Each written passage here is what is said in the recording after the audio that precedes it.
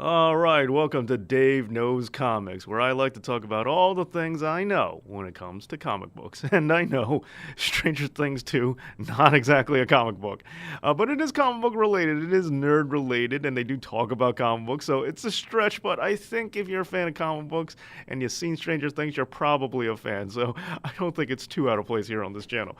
But with that being said, as I'm sure you know by now, Stranger Things 2 has just debuted on Netflix over the weekend, and I am already just about through my second viewing of the second season. Oh, and that's right, it's Stranger Things 2, not Stranger Things Season 2, Stranger Things 2, like a movie title, which I find very odd that they named it that. But anyway, I'm going to probably call it Season 2 a lot.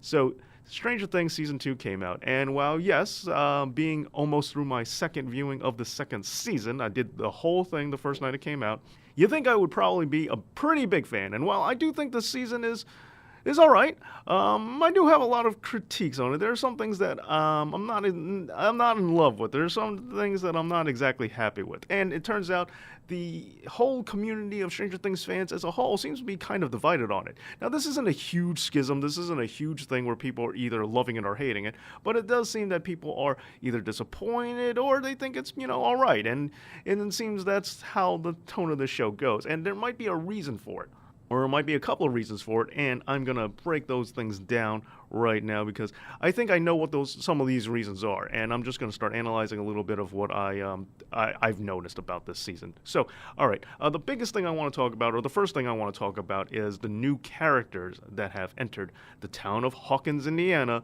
for Stranger Things 2. Now we have a couple of them, and I think the reason why I want to start off with these new characters is because I think they really do represent a lot of the themes or the ideas of what I think was missing from this second season, or some of the things that people could take one way or the other, which has caused the divide between fans. And we have a couple. We have Paul Reiser. Paul Reiser is now the new head of Hawkins Lab, taking over for Matthew Modine, who got eaten by the Demogorgon last season, at the end of last season. And we also have another newcomer, Sean Astin, playing Bob Newby. Yeah, that's his name, Bob Newby. The new character's last name is Newby. I thought that was a joke. I can't believe they actually just named him Newby. Like they just used that as a placeholder last name for him and never bothered changing it until it just eventually stuck. I mean, it's really on the nose for a last name, I'm just saying. Oh, by the way, spoilers. If you don't want anything ruined, if I can't stress it enough, I'm going to get some heavy spoilers. So just know that I'm going to be talking about things that are definitely ruining the entire season. So if you haven't seen season 2 yet of Stranger Things, please watch that and then watch this, because I am not holding back. Oh, and there's also, if you guys know, there's also a companion show to it beyond Stranger Things, The Talking Strange, like the Talking Dead show, that goes along with it also on Netflix. And I've been watching that, and that's pretty cool too. I like hearing about the behind the scenes stuff. Okay, so back to the new characters. Bob Newby, Sean Astin, Paul Reiser as Sam Owens. Now, on the younger side of things, the kids, we got some new kids as well. We have Mad Maxine, played by Sadie Sink, and then we also have, believe it or not, he is the new Red Power Ranger in the new Power Rangers movie, Billy Hargrove. Angel Grove, just wondering if that's coincidence. And he also kind of looks like Rob Lowe to me. I don't know if that was on purpose or not, seeing the fact that this is the 80s throwback show that it is, but he kind of looks like Rob Lowe. I don't know if anyone else thinks that, but that's what I see. But yeah, so we got both of them. And there's also a lot of other new characters too, but I'm not going to touch on them for right now. I just want to talk about these main characters first. Now, the thing about it is, I think the one thing we can say that sums up, at least for me, what I think is the reason why people are divided, I think can be summed up with some of these characters. Because I think they set you up for one thing, and then they don't necessarily pay it off. They go beyond expectations, or they go with a different thing than you're expecting them to be. And when you do that, people are going to either love the swerve or they're going to be disappointed that they didn't get the outcome they were looking for. For example, Paul Reiser playing a shadowy government official that's supposedly here to help because of his role in Aliens. We just kind of assume he's a bad guy, or a lot of people were assuming he was kind of a bad guy. And in the end, it turns out he's just a guy. He's just, he's actually what he says he is. He's here to be good. It's almost like retribution, redemption for his role in Aliens. And some people, appreciated the swerve that, he was a bit of a red herring. You were sitting there guessing, playing a guessing game, trying to figure it out, and it turns out, oh no, he's actually a nice guy. And then other people, though, were really expecting him to be a secret big bad reveal, and when he wasn't, were disappointed by it. And the same thing, now something similar, at least, I can say for Sean Astin's character of Bob Newby. All right, fine. Yeah, he's in there because it's Sean Astin. He's the, the head of the Goonies, and there's a lot of parallels between the Goonies cast and the cast for Stranger Things. And so, Sean Astin definitely has, as an actor alone, has a place here. But his character, on the other hand, there were several elements about him that seemed to build anticipation towards something else. Like, for me, we're looking at the character, and I see him having, it's a semi-ominous little speech he gives about the mentality of bullies and, about, their quest for power and all that stuff that he gives to Joyce outside on the park bench when they're having lunch one time. And also, on top of that, he is the one who gives Will the advice to just stop and hold his grounds against the shadow monster, and that ends up getting Will possessed. So he's the one who gives the information that leads to one of the major things that happen in the second season that's bad. And so there was some setting up to make it seem like he might be a bad guy. And plus, he is like way too nice of a dude. Like, nobody is this nice. He is like sweet and wholesome. He makes Bob Saget in Full House look like Bob Saget in real life. That's how nice this guy is. And there's nothing wrong with that. But it seemed, once again, and maybe that's just, my paranoid thinking, but it seemed like I was just waiting for the shoe to drop. Oh, he's going to be a secret bad guy, or he's going to be a plant from the government or something like that. And then as the show went on, it was like, okay, no, he really is just this nice and dorky of a guy. And hey, nothing wrong with being a dork or nothing like that. They're cool in their own way. But here's the thing. So we find out after he gets eaten, he gets maunched up by, a bunch of demo dogs. We find out after he gets eaten that he was the original founder of the Hawkins AV Club. And, well, that's some pertinent information, or at least that ties them together to the boys a little bit more. But we don't find that out until after he's taken out of the equation. And it's nice as an afterthought, but the thing was, there was so much more personal interactions that we could have, so much more interpersonal connections we could get around with that we just never got to. And we never got to it because, well, they didn't use him all that well. And so right now, you've heard me talk about two characters that I thought could have been potential bad guys here. And that's going to sound like a weird thing. That's going to sound like a weird... That sounds like a weird... Alright, so right now, you've heard me talk about two of these new characters that we have, and two of them, I was saying I thought they were going to be bad guys, and they weren't. Now, you might be wondering, why am I harping on this potential bad guy situation? How come I can't just, let good guys be good? What's my issue with that? Well, okay, here's the thing, before I get into some of the other new characters. My thing about it is, when we looked at the first season, and one thing that I thought was great for building the tension, building, the suspense, and, building for the mystery and the struggle and the drama, was because the boys had threats coming on all sides. They had repeated amounts of different types of threats and antagonists and foils going at them wave after wave after wave, and all different kinds of things.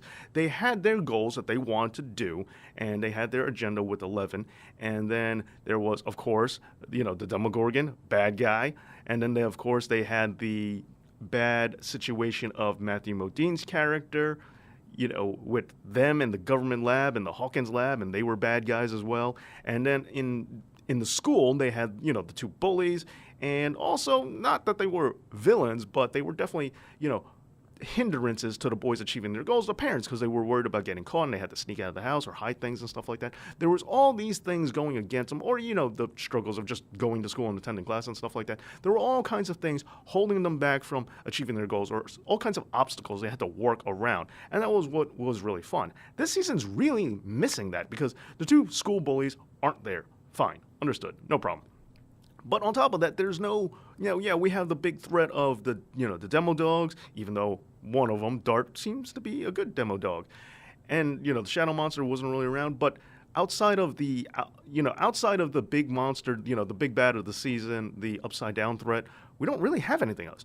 The new Hawkins Lab crew really isn't all that bad, and we actually see them getting taken down with Justice for Barb and all being a big fan thing. We see them getting taken down, with the exposure from the tape recording, but this Hawkins Lab isn't really that bad. Like, why did they get taken down? And what's going to happen next season with the fact that a better regime was in charge?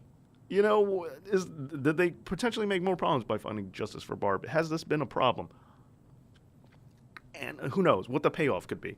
But that's my point. Like, all these, and the parents also seem to be less consequential here, or the kids seem to be better adept at handling them, like Dustin with being able to handle his mom and tell his mom to go, look for the cat somewhere else because someone else called. And by the way, I have to say, one of the things I really did like, I did like Dustin's interaction with his mom. I thought they did fit well together. Like, this character was totally Dustin's mom. You could see, like, this is where Dustin came from.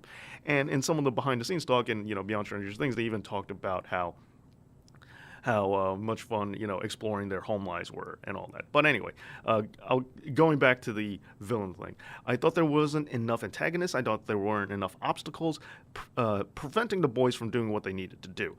And another fun aspect about it was that they played a lot of D&D in the first one. And now I've never actually played Dungeons and Dragons, but I like that it was kids using what they know and what they like to justify the irrational things happening behind them, rationalizing the irrational. And that was a really cool thing. But here they were more on point. There was less fun and imagination of being sucked into this world, and they were more matter of fact by having dealt with these things now being a fact and reality, but they were less kid-like. And sure, they are getting older, and they are growing, and that's nice. But some of the fun was also removed from it. So I think a big part for me was the lack of greater threats really, really hurt the show for me from keeping me enjoying this as much as I wanted to. That was something I was missing this year.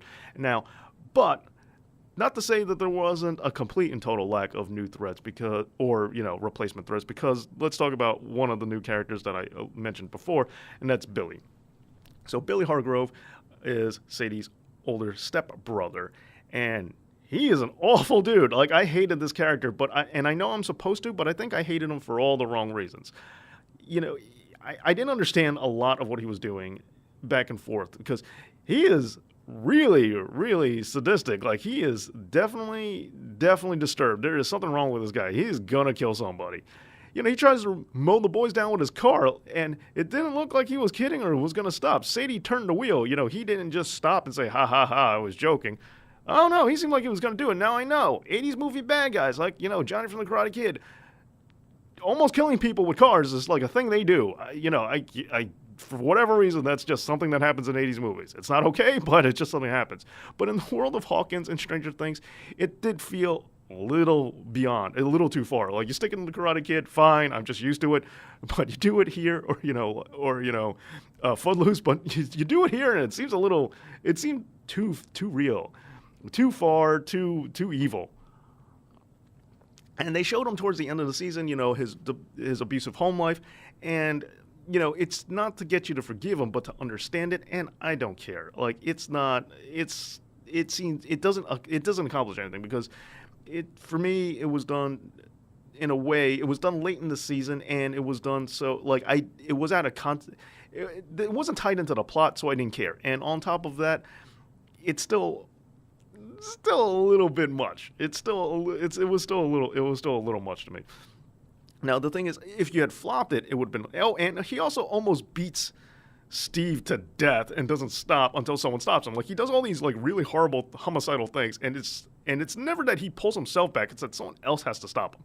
And so I do want more of a villain, and he wasn't a direct threat to the boys. It was just he was just an antagonist for Steve. And I want to get more into that later. But so the thing about his domestic home life being, in shambles, resulting in him behaving the way he does, which is still inexcusable, is I think they should have flopped it. I think the problem was that happened later in the season instead of earlier.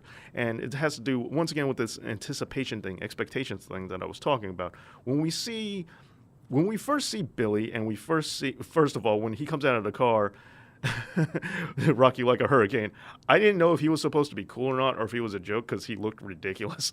So I was like, is this supposed to be, when his barely there mustache and the redonkulous hair, I was like, is he supposed to be like the coolest guy in school, or is he like the biggest dork who just thinks he's cool? Like, I couldn't figure it out. It took me a while before I realized, they like him. He's supposed to be a cool guy from the 80s. Anyway, so when we first get introduced to him, and then we get introduced to Sadie, and we eventually hear him get mad that someone called Sadie's character Max, his sister, because she's not my sister, and all that. We find out that he doesn't like her being referred to as a sister, and we don't really know much about their home life. It's kind of kept distant, and they're new from California. Now, my brain was spinning in a way where I thought this was leading to more. There was something behind this other than what we're getting. This is something different. And then later on, we find out, no, they just live in a regular house, and they just have, step parents, and they're just, regular step brother and sister, and that was all there was to it. Yeah, his dad's mean, but, it's just a basic family life. It's, there's nothing beyond it. They're not, once again, they're not secret government bad guys. They're not secret enemies of the boys in any way, shape, or form. He's just an antagonist against Steve, and that's all there is to it. And it was anticlimactic. But if you tell me these things right off the bat, make it very clear to me that they're just normal kids. They're just new kids coming to Hawkins. There's no other reason behind it. I mean, I think it's kind of weird that you come from California to Indiana, but whatever. So if you told me that they were just regular kids right away, and you gave me that bad domestic life with his dad right off the bat, then okay, then it changes everything. But when you don't tell me and you hold off onto it and you give it to me at the end or later on, significantly later on, well, I've had a lot of time to concoct my own theories in my head to try to live up to it. And if you don't live up to it, then I'm disappointed. At least that's the way it is for me. It's like we have Star Wars with Rey, the current Star Wars films with Rey. They didn't show you who her parents were. Now, if they tell you in the last movie, they wait to the third movie and just say, Rey's parents are regular people. Who cares? Why'd you hide that detail when you don't show me something right away? I think there's a reason you're keeping it from me. But if you do tell me right away, then it's fine. I accept it. But if you wait until the very end and then just show me an anticlimactic detail, then I just sit there saying, why did you hold off? You built up all of this in my head, and now there's nothing to it. Fine. A lot of that's on me, but just know that's how normal fan minds work. And in a lot of cases, they're going to be disappointed for it. At least that's the way it was for me with Billy. And so, he was just an over-the-top character, and he, made me, and he was didn't live up to the expectations. Now, one thing I did want to talk about is, as a segue, this does go to the character of Steve. Now, according to the Beyond Stranger Things, if memory serves correctly, Steve was originally meant to be a much more douchier character, just a plain bad high school guy, high school bully, jock guy, stereotypical bad guy. But then Joe Keery, the actor who plays Steve Harrington, he's very charming, very charismatic, and the writers saw that in him, and they liked the way he delivers, his personality to it. So they decided to make Steve a little bit more redeemable, and they gave him a redeeming quality and let him have, his save the day, and it turns out he's a good guy. And I liked that turnaround for Steve a lot. I thought that was really cool that, he starts off one way and I really thought he was just like that bad guy, and then he turns out to be a real good guy. And then you wind up liking him. And then in season 2, here he is. So when they came up with the character Billy, he was supposed to be just a regular guy, but he was supposed to be every bit the douchebag that Steve was. Now, he's turned up way more than Steve ever could be as a bad guy. He's way beyond that. I wish he was more of a grounded kind of level threat, more like what you thought Steve was. But okay, I understand upping the ante a little bit, and that's fine, but I think they went a little too far with Billy. And on top of that, another thing about Steve for season 2 is, now these are some things I like. I really like Steve and Dustin's dynamic together. I thought that was really good. I like these two characters as friends. I like what they have, and especially because they contrast each other really well. One, you got the ultimate nerdy dork outcast. On the other hand, you have, the super cool, popular guy who plays sports. And the two of them getting together, made that work. Oh, and that reminds me, small possible redeeming quality about Billy. I don't know what it was, but it fell flat and never went anywhere. But I also don't understand it was when they were on the basketball court and he said something about drawing a charge or something like that. Was that like advice? I'm not a sports guy. It's a comic book channel, and I am not a sports guy at all. And when it comes to the Stranger Things audience, I have to feel I am not alone on this. So, know your audience. Duffer Brothers, why drop a sports reference in that, a good chunk of your audience is definitely not going to get. But anyway, moving back on. So, yeah, Dustin and Steve together, I really liked, and I thought that was good. But I wanted Steve to have another arc. See, have a full-fledged arc. Steve starts off last season as a douche, ends up as a good guy. He starts off this season as a good guy, ends the season as a good guy. And, he did break up with Nancy, but that broke up real easily. Right away, right off the bat, they broke up. And it ends with him just saying, hey, it's okay, I understand, go with Jonathan Byers. It's cool. Like, he's just too understanding. Like, struggle with this a little more, be a little more upset, or, go through some personal change. Like, Steve from the, he is single, but mentally and personally, he is not that much different, if at all, from the beginning of the season to the end. I wanted to see Steve grow a little bit more. I would have liked a little more arc with him. Oh, and the fight he has with Billy, well, just goes to prove that Steve may have been Mr. Popular, but he cannot win a fight. It seems like, Jonathan pretty much owned him. His former best friend shows that he probably could take him too. Billy was going to kill him. So, yeah, Steve is really not the best fighter, which I think is fine because we have some consistency. Like Captain Kirk and like Chris Pine Captain Kirk, the new Captain Kirk, he just gets beat up. Like he is not a fighter. He has no problems with fighting, but he is not a guy you send in to win. And I thought, for what it's worth, I like that aspect of the character. But, and that was the other thing. When we talked about Billy mentions that, he used to run this school and, and then he got soft and, got civilized or domesticated. And that would have been cool to see that happen or talk about Steve's, journey with that from, falling from grace or whatever it is. Or, him not going to college or possibly working with his dad. There was a lot of meat there, and we just didn't see Steve get to grow anymore. And it's not like any of this was bad. It's just I wanted even more. I wanted to see Steve's character grow, and I wanted to see where he could be and what could happen with him. But I did like his chemistry with Dustin. I thought that was good. I think Steve and Dustin do work very well together.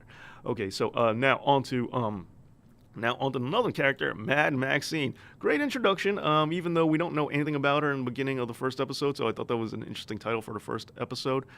When we have Mad Max, though, and we find out a lot about her, and she seemed a little forced into the group. I think they accepted her a little quick, and I didn't understand that because Mike doesn't seem to like her, but Mike brings her in anyway, even though we're never really giving a clear-cut reason other than the stress of the situation. When he got over his, animosity against her, and when did he accept her? It's just, when did this happen? And why? Don't really see it.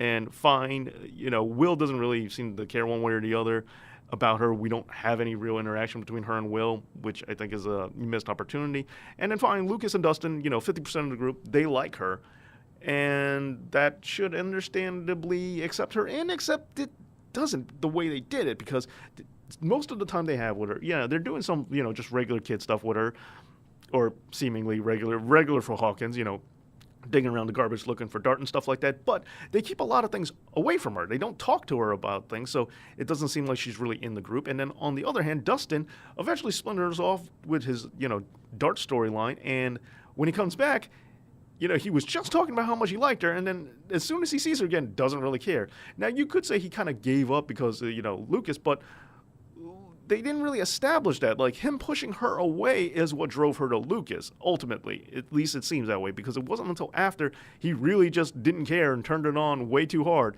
And, Steve even mentions, oh, dude, you had me convinced you don't care. He really didn't care. Like, he just got over her. And it seems like this could be Dustin's first crush. And to get over your first crush that fast seems a little strange. And, Dustin, I think Dustin is an emotional character, so I don't think he would get over things that quickly, and so I was disappointed by that. But either way, now this results in a good chunk of the group either not caring or not doing anything to invite her in, and somehow she's just in, and she's just kind of there. I wish there was more present and more to include her in and showcase why she's there and make her feel really more part of the group. And I think she is a nice addition. I just wish they, gave me more reasons to understand why she's here. Now, another new character. Now, okay, so now those are the new characters that we're here with, and also from Beyond Stranger Things, it seems like some of their first kisses were on screen, and I got to admit, I think that's a little weird to have your first kiss being part of an acting role on TV. I mean, obviously these kids are cool with it, but it's just a weird experience. That's all I'm gonna say. All right, so now on to some more new characters. I'm gonna touch on. We have Murray Bauman, played by Brett Gelman, and he was in a few episodes. I liked the character, didn't get enough of him, didn't necessarily know that I needed him either. Conspiracy Nutcase, great. First, he came like, almost Aaron Brockovich-y. He was like, he was a former journalist. He seemed respectable enough. He was probing for the truth. He seemed relatively smart. Then when we see him again in his home, he seems a little more kooky. He seems more like that conspiracy nut that, you hear about. And fine, but, pick a direction as far as I'm concerned. Pick a lane. And and they didn't really do that with him. But he was cool the way he was like digging and probing when it came to the, all the things that was going around. But I kind of forgot he was even there when Jonathan and Nancy go to see him. I totally forgot who he was. I didn't recognize him in such different clothing. And I know that Barb's parents mentioned him, but I would have liked it if he was more of a reoccurring character. I would have liked it if they picked a role for him to be, a specific type of character and more so, and then they planted him throughout as a more of a growing thing. In the first episode, Hopper just tells him to go home. And then that seems to be what he does, and it doesn't show back up in the story. What I wanted from him is I wanted him sprinkled throughout, because I think his stuff with Jonathan and Nancy went on a little longer. It seemed a little weird that an adult was hanging out with these teenagers and giving them alcohol and why for no reason. And I would have liked them more in small doses, sprinkled throughout, instead of having an introduction, nothing. And then way too personal of a connection with a bunch of strangers. Seemed really, really personal. And plus, from Beyond Stranger Things, he has a backstory, which he lost his family because of some case he was working or some story he was trying to break. That would have been an interesting insight to the character, too. And that would have also been something else he could tie in with Hopper, because Hopper has, lost, his family, too. And so, these were things I kind of wish they explored more with the character, because I think he is necessary, but just the way they utilized him made him kind of obsolete, or made him not all that important. And the other reason why he was not important is ultimately because this was justice for Barb. And fine, the fans wanted this, but I don't know that this was justice, because, as I said earlier, this was like the better Hawkins Lab regime, and you got rid of them. And it wasn't even the truth. It was just a small nugget of the truth, which is a clever workaround. It's realistic, but I don't know that it really counts for anything other than, Barb got a funeral. But I thought he was an interesting character, and a conspiracy nutcase in something like this would have been a lot of fun, trying to knock down the doors of Hawkins' lab. We could really see this going somewhere. I could see it going somewhere, and I just wish it was, better utilized of his time. And, and that also reminds me, another new character, 8, the character of 8. Now, I did not like this character. I did not like this arc at all. Now, I know that early on, the big idea for Season 2 was going to be building towards the reunion of 11 and Mike. And because of that, they wanted to keep him away. I don't agree with that choice. I actually think bringing them back together would have been a better move. But if you wanted to keep him away, I don't think this was the way to do it. And 11 being in the first episode is fine. It was a good reveal. But then after that, we were held off with a lot of things because it was just killing time, just delaying the inevitable, delaying the thing, and it felt like they were delaying it. And this character of 8, we see her right off the beginning of the first episode, and now the problem I have with this begs several questions. What about the other people? What about the other numbers before 11? And is there anyone after 11? When we just knew 11, there was the probability that every other test subject didn't survive, and 11 is just the only one. An X-23 situation. But now, with the introduction of 8, well, this just implies that there could be others out there. And now I'm naturally going to ask that, and I don't have any indication one way or the other. And that's okay. We can hold off on that for later seasons. But still, this just rips it open right now. And we also learned that they have different powers. They don't necessarily all have the same power. So this might have been some, super team. But, so, with 8 being here now, I didn't really like the story arc at all. Especially the very centric episode with 11 and 8 towards the end, because that was definitely just delaying the finale. And when you have a show that just puts everything out there all in one shot, just to stream the whole season at once, is that even necessary? Is the delay episode there to build up tension? Does that really even work? And what we learned from there is that Elle's not comfortable with killing. But we knew this from Season 1, because even though there were people who were mean to her, we learned that she's willing to overlook it if they have a family. But we know that Elle's not, she has killed, but she's not this bloodlusting crazy person. Like, I think Billy, while Billy may not have killed, I think he is more, he is more of a threat than Elle. But we have 11 here, and so her whole arc with 8, I didn't really need it. Her powers, she learned to control her powers slightly better. Okay. Or she can do a little bit more with it, but I'm not necessarily sure we needed this 8 story arc to do that. And we got to see Matthew Modine again, and we had them having an interaction, and we had her having a really good emotional scene with Matthew Modine, and I gotta admit that was good, and I liked that. But overall, I just thought this was tacked on to just kind of stall. And with the way Netflix streams their shows, I don't even know if the stalling was necessary. But before that, we also had, her finally meeting her mother, finding out who she is, which I thought that was important. But the problem here is that she's just catching up to what the audience already know. And 11's not, similar to Steve, not growing too much. Like, at the end of season 1, she's very different from at the end of season 2. But at the beginning of season 2, we've learned that, she's talking more, she's, has desires and tantrums, and, she likes more than just Eggo. She does want candy and go trick-or-treating. She does want to be like a normal kid, and that's cool. So she is very different from season 1 to season 2. But from the beginning of season 2 to the end of season 2, I'm not sure she grew, but not much. She understands her relationship with Hopper a little bit more. She understands the outside world a little more, and she's becoming, more of, like a regular kid, which is great. And she learned more things, but about her mother and everything, and about, even Sarah. But I mean, what about her as a character, as a person? How did she grow in that regards? She has more information, but we don't really know what she's done with it, too much. She's still a good person, and we never really got to see how this new information affected her. And I know it's difficult because she does have a limited vocabulary. And I have to admit, it's also probably difficult writing for a character that didn't really talk that much in the first season, because you don't really have a voice for them yet, and you're kind of discovering it, but the character's still already developed. So, she grew as a person, but I would definitely have liked to see more. And I think the 8 storyline, not only did it stall, but it also prevented her from growing as a character, emotionally. We didn't really get to see the fallout of learning this information of her mother, because she was too busy, with the 8 thing. And yeah, she got mad because of, with 8, she discovered that she's not willing to seek revenge. Yes. But as I said, I think we already kind of knew that. At least I kind of knew that. I didn't think Elle was the, vengeance-crazed person that, some people can be. So I feel like we didn't really learn that much, and Elle's arc was interesting for fact-based or info dump information or exposition, but from a character growth, didn't really see a lot much of it. And that's kind of one of the big things of season 2 that I was missing out on, is character growth. I wanted to see a lot more character growth. I wanted to see, all these characters. I mentioned with Steve and Elle, but also Mike too, also a lot of the main characters.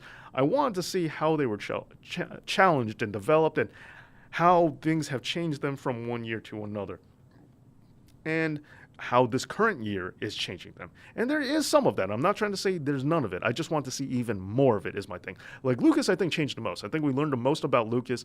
I think, and what's really great is with Mike and Elle last year, he was kind of jelly when it came to Mike and Elle, like, making fun of him, saying then, oh, I want to marry you, Elle, and all that stuff like that. He was a little butthurt. But now, he's kind of got his own girl that he was crushing, and so, it kind of went full circle. It's like, oh, now I'm where you're at, Mike. So I thought that was really cool with Lucas. And so Lucas, we got to see a lot of. And Lucas's sister, by the way, I think is a fantastic character. She cracked me up. I thought she was hysterical. I thought she was absolutely great. I really, really, really like Lucas's little sister. I think she was a great character. So I'm going to put that in there. But Lucas, I think, changed the most, and I think we got to see most of them. Mike, on the other hand, was barely there.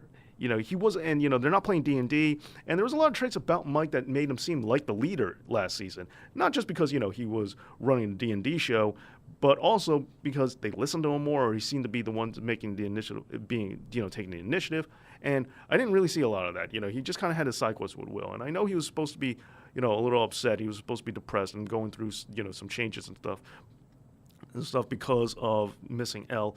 But I still wanted to see Mike, rise up to be the hero that Mike is supposed to be.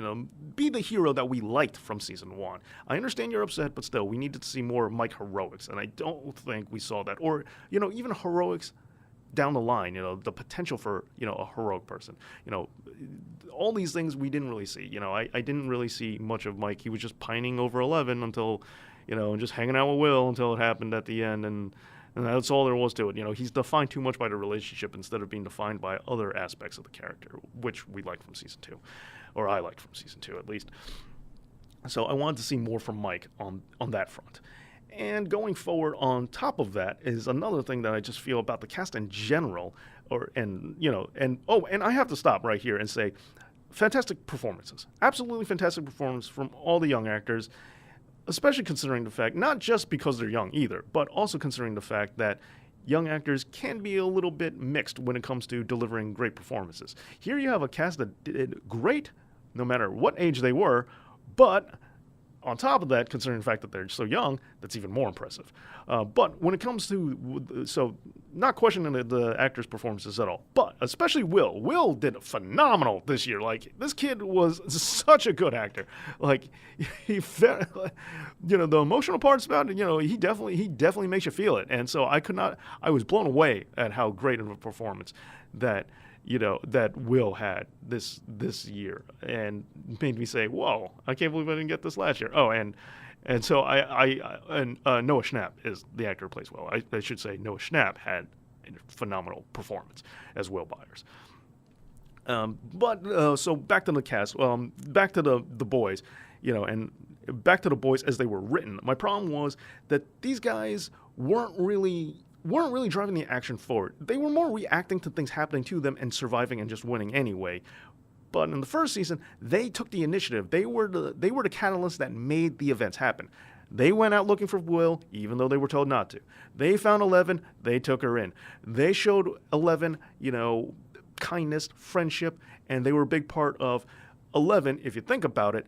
11 at that point in time could have went either way. She could have been, she could have been a villain. She could have ended up like 8, or, she could have been a lot of other things. But a big part of why she is who she is was because of how much kindness she was shown by, these complete strangers and these kids who were friends for her. And on top of that, they made they made the sensory deprivation chamber to help her get into, the void. They also fought the Demogorgon, they went here, they went there, they did all these things, actively pursuing things, driving the plot forward, driving the season along because of actions they took. This season, not so much. It was more reactionary. People were reacting to things that were happening around them instead of taking the initiative, or, they were just trying to clean up their own mess. Dustin was just trying to, solve the dirt problem, which he created. And technically Will created it too, since he hacked it up at the end of season 1. And Will was just, reacting to what the Shadow Monster was doing, and Mike was just reacting to what Will was going through, and just along for the ride, along with Winona Ryder, and they were trying to find Bob. Like, the bad guys were making the plays, and they were just reacting to them. Billy, the Shadow Monster, and those are really the only bad guys, and everyone just along for the ride. I mean, the biggest initiative we have, I think, from the young cast, the kids in general speak, not the main boys, but the young cast in general. And it's arguable because I didn't think it was 100% clear, and if it was, and if they did state it, I must have missed it. But Nancy and Jonathan getting caught because they wanted to go to Hawkins' lab.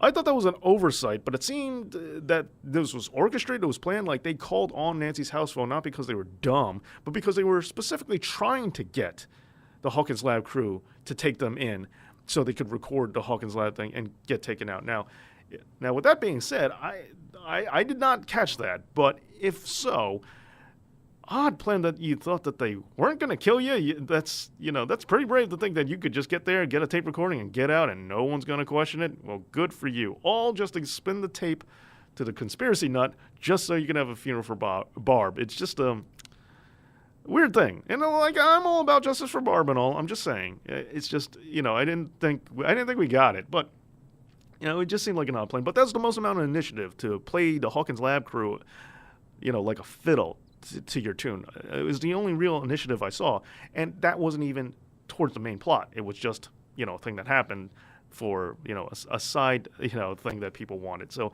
I feel the main group didn't have enough initiative, and they weren't as responsible for what happened in this storyline as they should have been, or as much as they were in season one. And those were a lot of the aspects I like season one. So I know I've been doing a lot of harping, but like I said, I really like the cast. I like a lot of the new characters they introduced. But mostly the minor characters. I really like the performances. I love the '80s references. We got arcades, the Dragon Quest. The soundtrack was really good. It's like almost too good, almost too many hit songs in there.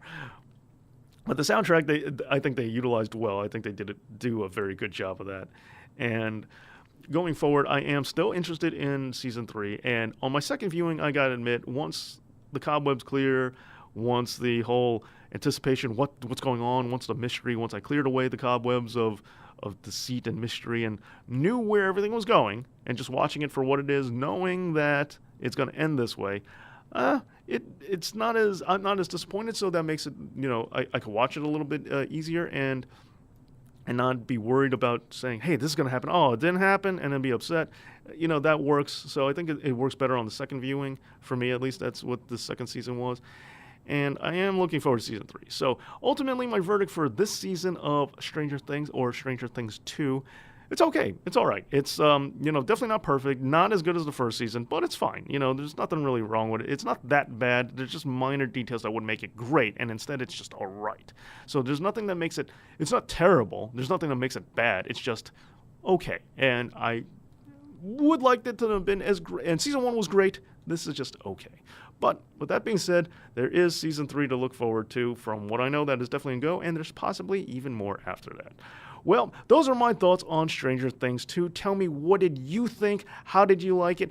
And can you wait for season 3? And what are your thoughts about some other possible connections and future storylines or things that you think are going to happen? And what would you like to have seen happen? Let me know in the comments. And thank you so much for listening. And this has been Dave Knows.